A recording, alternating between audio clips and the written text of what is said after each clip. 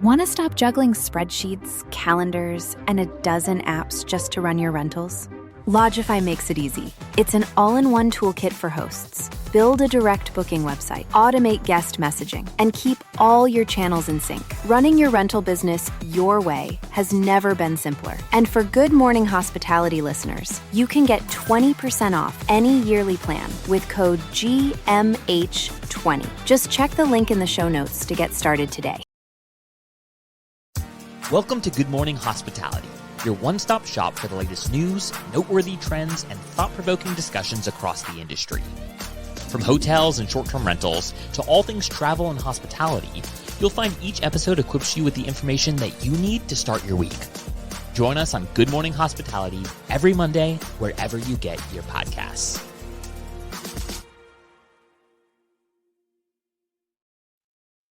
Good morning. Good morning. Best day of the week. We're all back. We're all Happy back. Monday. It feels like it's been a month or two before we've all been here together again. I know. Yeah. I've missed the trio being together. I was so bummed that I missed Nico's interview. I was really looking forward to that, but you guys did a great job. So What a guy. He came prepared. He was like, I know your other co-host, she's got properties in Miami and New Orleans, and he was all excited. And yeah, no, it's a good guy though. Yeah. yeah, It's a good episode. panels had a busy VRMA. Yes, which will be the highlight of today's episode for all of our live viewers and listeners. We are going to be covering pretty much the big takeaways. Unfortunately, Michael Golden wasn't there. But That's why you I know, look so refreshed today. I was Everyone gonna in the say, industry is feeling rough, but I feel great. yes. I was like very, very close to losing my voice. Like it was on Wednesday and Thursday. I was like, it might go. You're just like scream talking at people for 3 days. everywhere. The vendor hall to the bar lobby and Mhm. everything in between. Yep. It was. Was it in fact the biggest one you guys have been to? I would say so for me. Yeah, I mean, in terms of, yeah, I guess it was. I guess it was a pretty big show. And what I thought was interesting was like each of the session times had 10 sessions in them. And at first I saw that and I was like, there's going to be no one in this room. And then they're all packed. So, yeah, which was a great sign, especially after the spring one, which was like, it was like Yeah. me, 2 other property managers and like 500 vendors. So Yeah. this was great to see a better turnout. Especially Well- compared to San Antonio. I think that's like the first one I went to and I met you guys in person. San Antonio, I feel like you could walk into the room and everyone's like, hey, how you doing? Well, like we all knew each other. It wasn't like Yeah. not a strange face in the room versus this year. It was, whoa, okay, there's a lot of new faces, a lot of new vendors, a lot of new property managers, but there's also some out of the industry folk that were roaming around. So it was interesting to see the whole dynamic. I obviously wasn't there this year, but every year, the past 10 years since my first one in 2014, it seems like it's gotten a little younger, a little younger, a little younger, a little younger. Yeah. Is it definitely that way? Yeah. Yeah, for sure. I think I know when I first started going to just these general industry events, I was like, well, granted, I was like 23, but I was like, I'm the youngest person here by like many generations. And that is like, and you also just see a mix, I think, of just in general, that's becoming more diverse, more types of companies, other types of operators. Like it's not just so much like the old guard who are still very important, but the lines are blurring. Yeah, my very first one I think was in Orlando, and there were more people with walkers than there were people in their 20s. I'm not kidding at all. Not even joking. But now that certainly has changed, and it's cool to see. One of the questions I have for you guys, one of my favorite things to do when I first get to VRMA is walk all the vendor booths and see how many new PMSs, how many new automated locks companies there are. It seems to be those two categories especially are the most the most frequent to pop up and then disappear a year or two later. But before we get into that, got a cool announcement courtesy of our friends over there at Sojo. Sojo is we did a contest where they were hosting a happy hour, and Upstay, Andrew Linjosic, congratulations, you guys have won. So reach out That's to us or awesome. Sojo, and we'll get a happy hour put together. Awesome. Yes, that's Yeah, your congrats. housekeeping team certainly earns it. For sure. Love it. So your question, Michael, to us on the vendor side, like On how the many vendor new? side, Okay. what was the most common kind of new company this year? Brandy, you go first. I think we'll Oh, have the same wow. answer. Oh, well, I think, I mean, just there's so many different like AI companies coming on, like trying to wiggle their way into the space in some manner. But I wanted to touch on your previous, your comment on either there being new PMSs or new locks companies. And I definitely saw a bunch of lock companies. And I think that they're not necessarily new, but they might be newer to the American market. There are some European companies. So I think Okay. that that's also what we're going to be seeing is like, it's not just the American or North American vendors. Your people are trying to cross over. Yeah, I'll agree to that.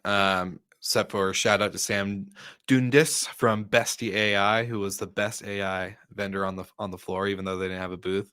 But also, while we're talking about this stuff, shout out to Mark Simpson from Boostly, who's tuning into the live. Jeremy Weiss, thanks for the comments on our live streams, and you always tune into our hotel crew and to us as well. So we appreciate you. And what up, Tiffany? Long time no see.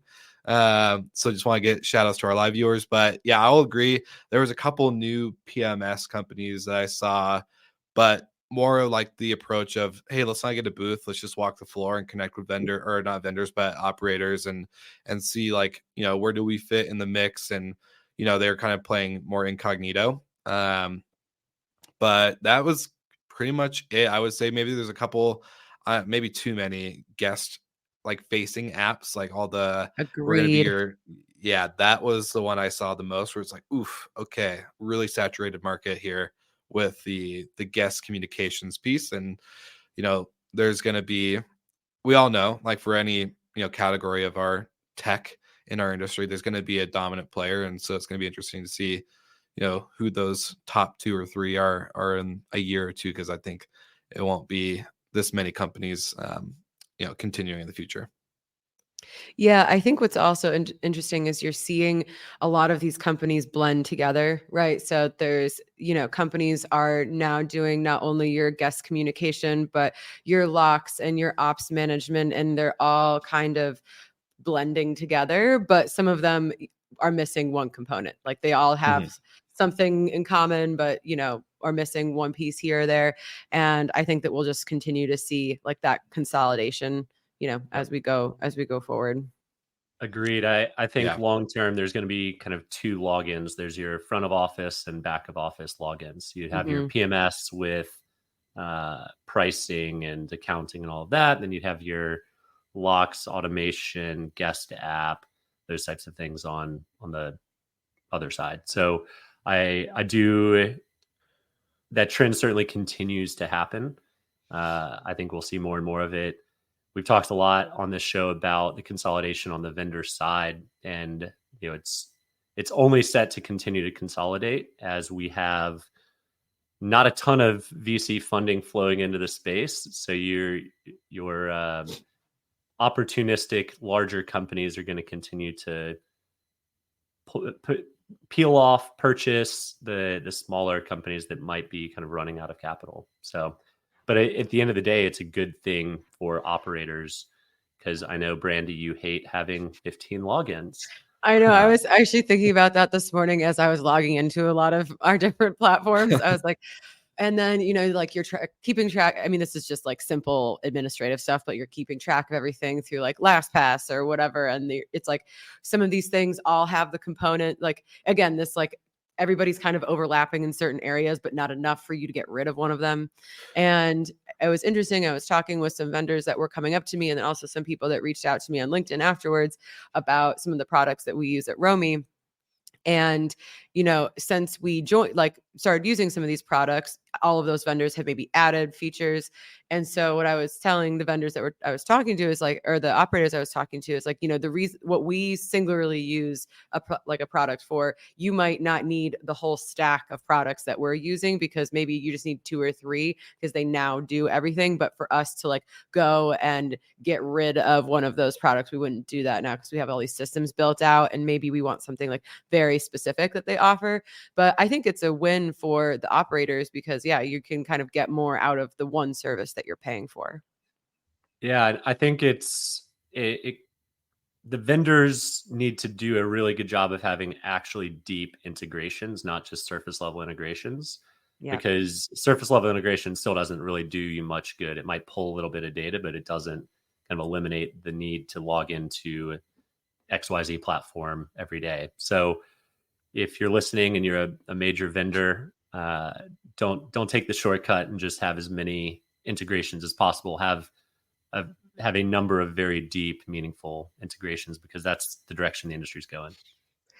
Well, kind of in that same vein, you can't go to a conference these days without saying AI. So there, we've said it on the podcast for today.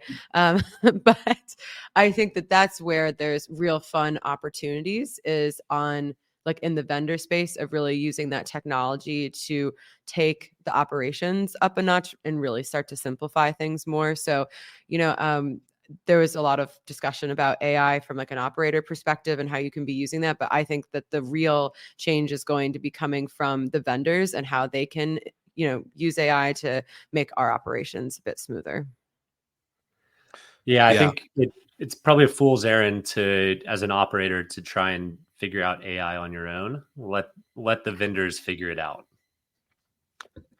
Well, I was gonna say Brandy, we had a good chat with Jeremy Gall from Breezeway at their booth, and we got to do quite a few interviews throughout the conference. And I don't think there was even a happy hour that I can go to that I didn't hear someone on my right side or my left side really talking about AI, right? Like there was oh, how are you guys using ChatGPT or this, just simple little things, right? Where it's not they're building out their own machine learning engine and all this other stuff. But from the conversations there, I think the big takeaway though too is, yes, AI is a big buzzword, and shout out to Evan Dalgo, who's always kind of on that forefront of AI and preaching from the mountaintops there. But that discussion that we had with Jeremy, Robin Cragen was on the panel. It's AI is great, but a lot of us as operators don't even know how to do the proper operation things fully while offering hospitality. And I think my big takeaway was, a lot of us in today's world, whether it's an Apple product or you buy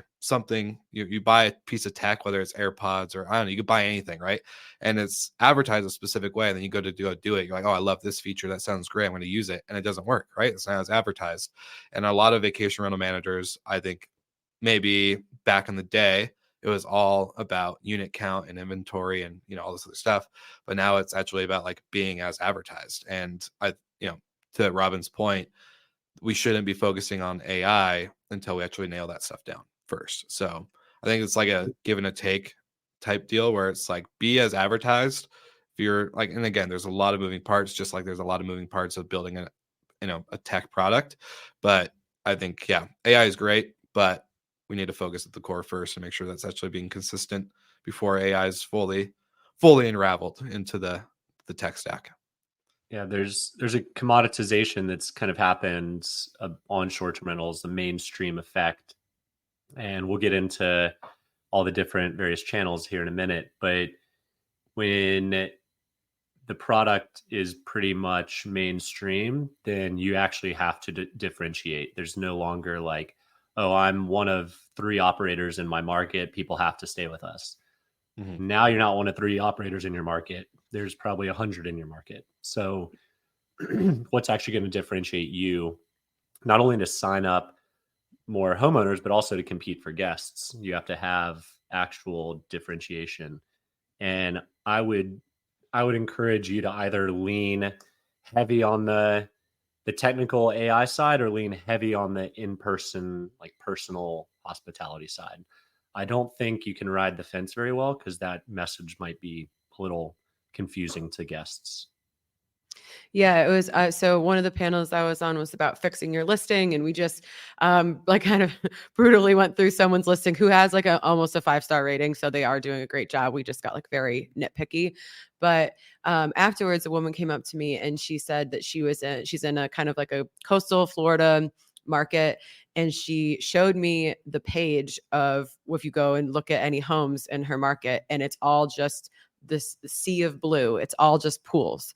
And she's like, and all the pools kind of look the same because I mean, there's only so many ways you can do a pool.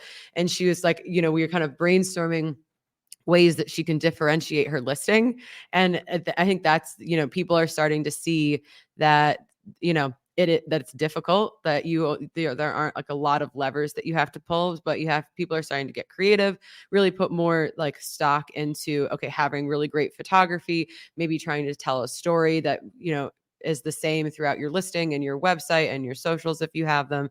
So where that might not have been at the forefront of people's minds, I think that is definitely, they're coming to the realization that it is really important, like how you advertise, obviously, on all these sites.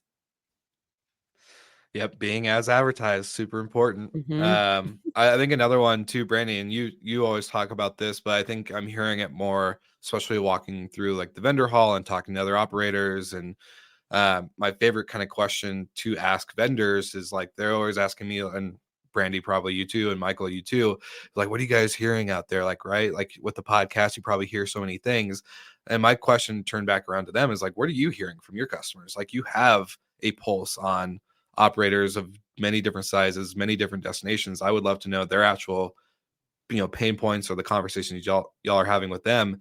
And the number one I'm hearing more and more is profitability, sustainability, and not just sustainability and like eco-friendly sustainability, but like business sustainability, like making sure your Existing. books existing, like Surviving. Yeah. and Michael, I think I actually sent this to both of you, but there's a quote from Jason Calacanis on This Week in Startups and All In podcast, basically like his success to podcasting, right, was to outlast all the other podcasts, right? Like that's all you have to do is just outlast the other, the other people in the market.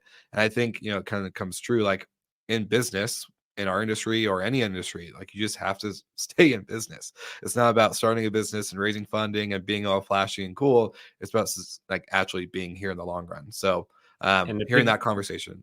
a big part of that's passion too. You see people kind of drop in the Domios of the world because I can make a quick buck and this is a massive market, and then they're gone, right? Yeah. In and out, raised a ton of money, burnt a ton of money, gone. Versus the people who are wanting, they love this industry, they want to be in it. They'll do whatever it takes to survive and advance, stick around another year. And I think people can see through that pretty quickly too, generally speaking. It's very much a relationship driven industry. I know we all kind of advise various companies, and that's one of the first things when somebody's new to the space. It's guys, you can't just kind of hire a sales team of 100 people and burn through leads. Like it's just very much a relationship. You can, driven. but you're not going to survive. Yeah. You won't be around 8 next year. That was one of the other panels was about fundraising, and it was interesting. All of us had kind of like different paths through fundraising, but I mean, it's kind of it's a tough time out there in the fundraising world. But we were talking about like there's all sorts of different avenues that you can take to achieve your business goals. But I do think now people are maybe a little bit more conservative or maybe a little bit more grounded in their approach to their business. Like it's not necessarily about getting the most amount of money possible. It's like, what money do I need to achieve this objective in the next 2 to 3 years? And really being, I think, a bit more pragmatic about it, which I think is great. You're not just like trying to get as much money as possible and then you have to spend it immediately on maybe make some bad decisions. So yeah, I think people just now have to be a bit more creative, and it was interesting. Almost everyone is feeling the ADR pain in one way or another, and that was just like an interesting thread. I mean, it's not a hot take or anything, but the profitability, really focusing on what are the essentials that you need for your business, and that was, if there's one thing for the vendors to take away, Like, is your business absolutely key for the functioning of your partners? Because when it comes time to look at the P&L and what you can live without, you want to be in the keep column. And so I think that's going to be a little interesting to see how that shakes out, because I know that we can be pretty brutal when we go down through our financials, and we're certainly not the only ones who are taking a look at every single thing that we're spending money on and making sure that it's actually adding value. I do love Brooke Foss from Vintori, his posts on the My Tech Stack, because there is a question Yeah. or a part in that where it's like, what's one piece of tech that you could not remove?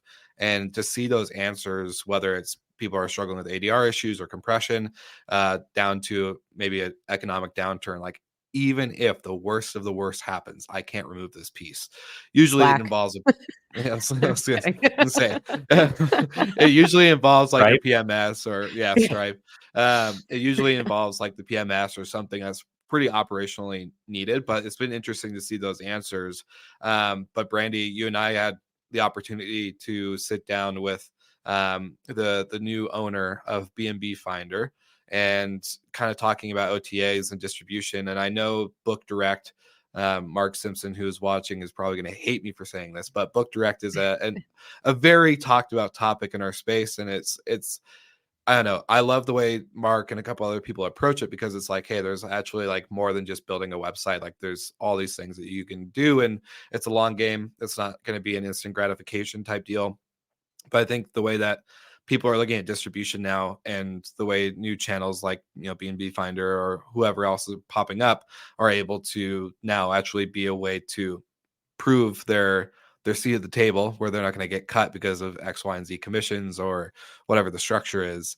So I'd be curious, especially after our chat with Tim Rosolio from Verbo, had plenty of people come up to me, and I think even you, Brandy, you and I were walking just to go get a caffeine boost, and someone came up and was like, "Oh, I love this episode, X, Y, and Z." So to hear the way people are looking at channels now, it's becoming really interesting, and yeah, I would love to kind of maybe hear your perspectives, Michael, if you have one too.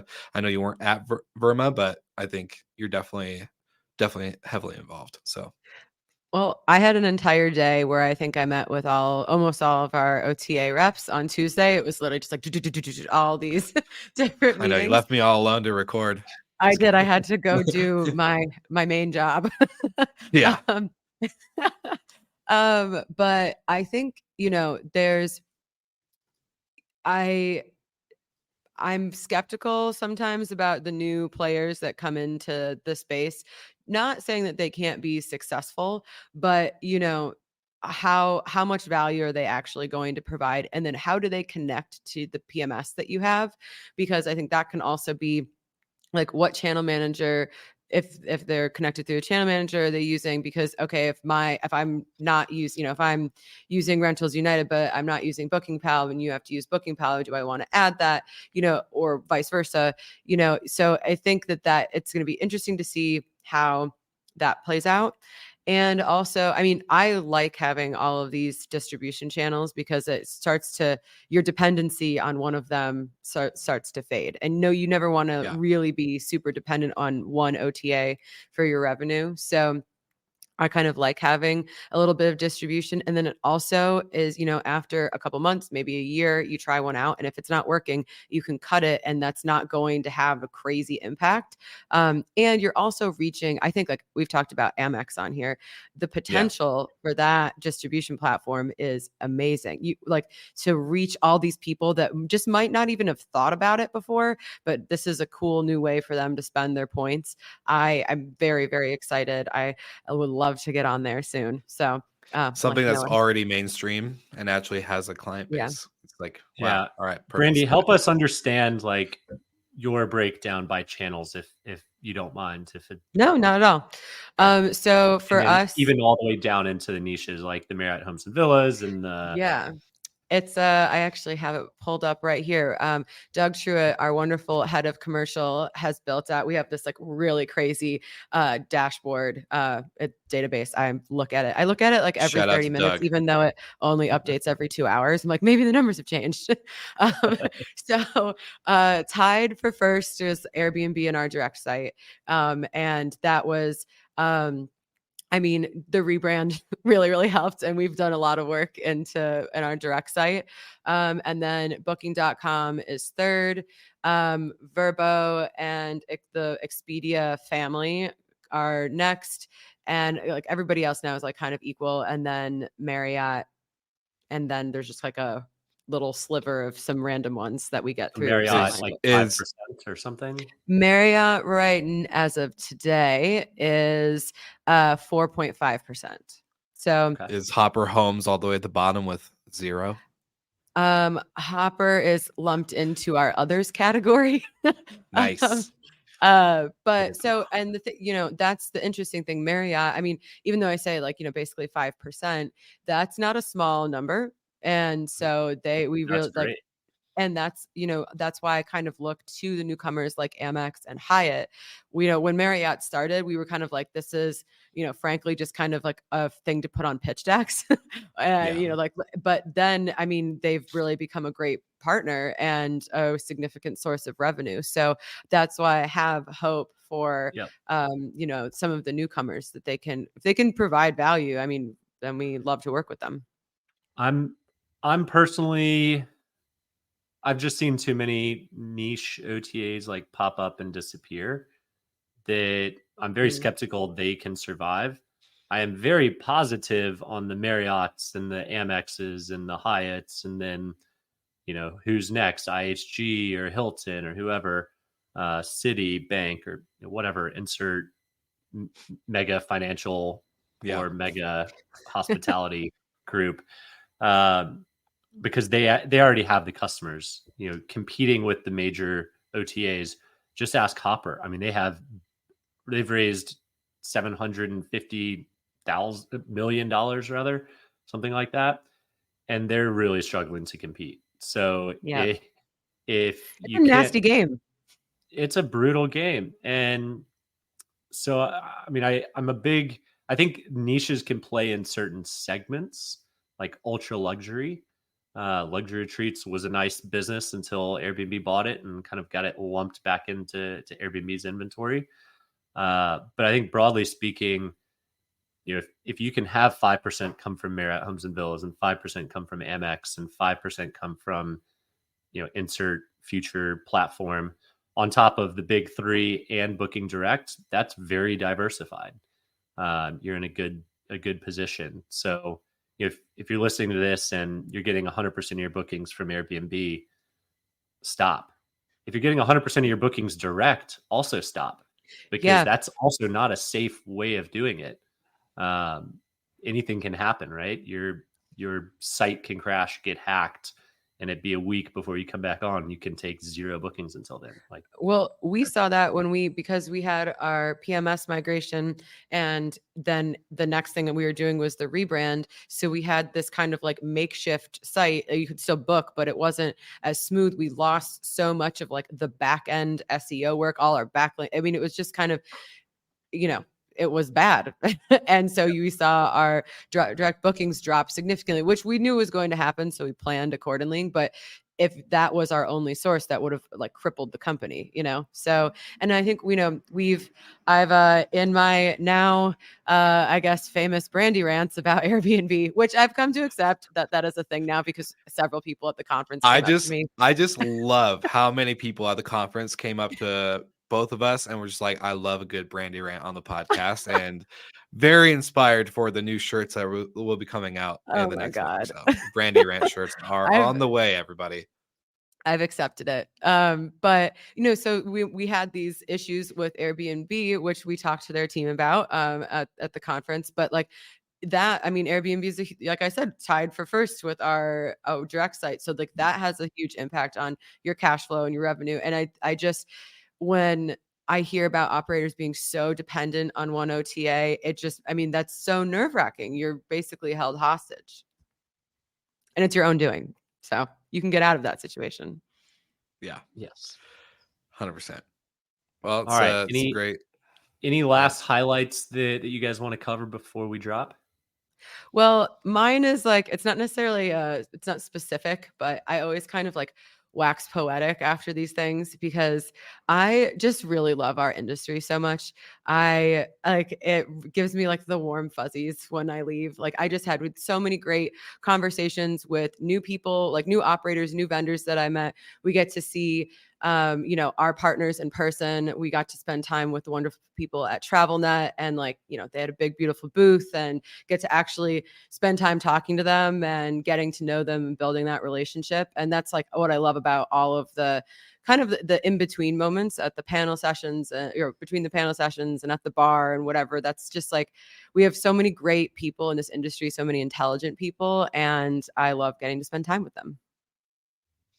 Yeah, it was like a big family reunion, of course, getting to see everyone. And I think like the best part floating in the vendor hall and just kind of hearing what the vendors are talking about to operators, like Brandy, you just mentioned TravelNet, and not just because they're a sponsor of ours, but hearing them talk to their users and not just being able to like have a solution for the PMS side, but with Atlas and kind of with how they're building in Rented. And Michael, you're talking about strong integrations, and it was just really cool to hear how they're really becoming more holistic.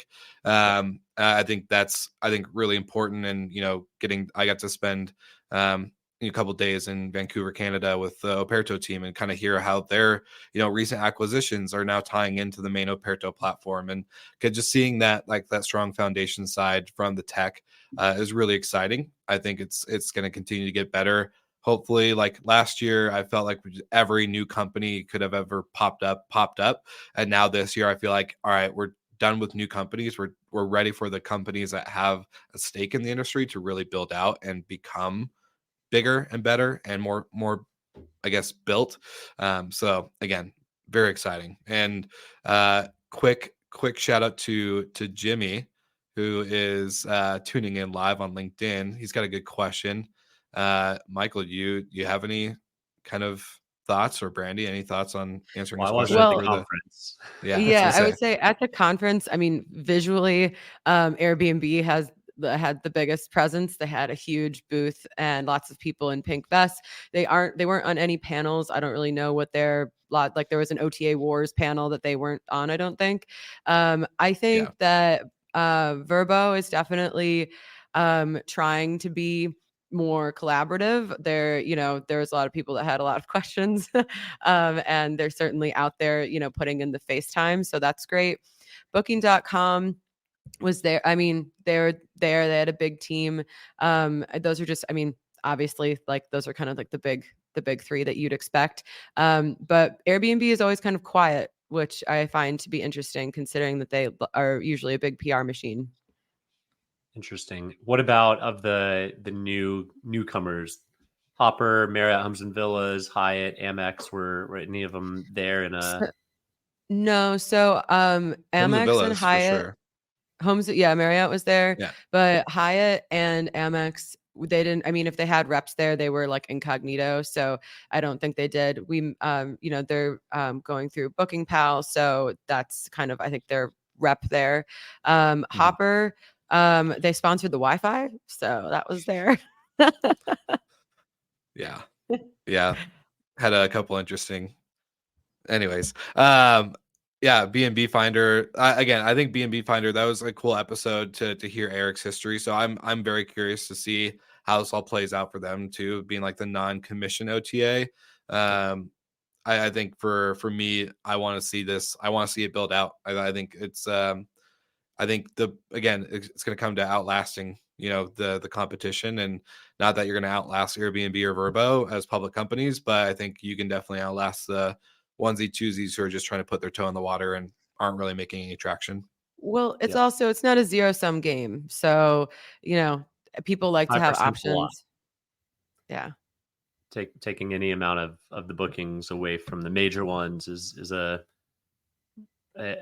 step towards diversification, which is a good one. So definitely.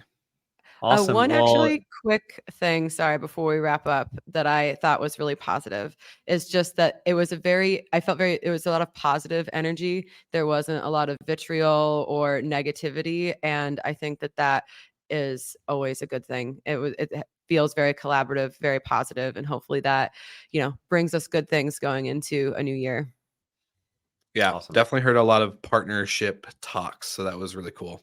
Yeah, sounds Well, really good. Go ahead, Michael. I'm a huge fan of the industry as a whole. To echo what Brandy has said, a little bummed I couldn't make it this year. Hopefully, be back there next year in a slightly better location. But congrats again to Andrew Lynn Josick and the team at Upstay for Sojo's Happy Hour grand prize. Should be great to celebrate your team and your cleaning crew. Treat them well, and appreciate Sojo putting that together.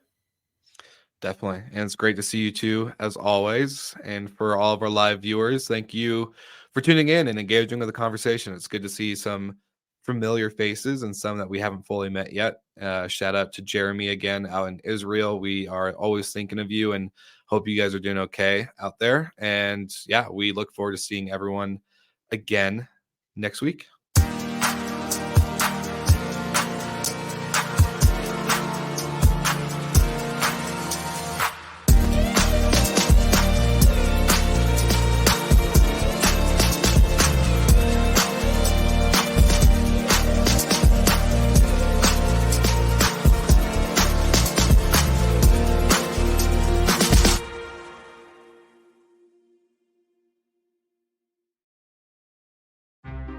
Want to stop juggling spreadsheets, calendars, and a dozen apps just to run your rentals?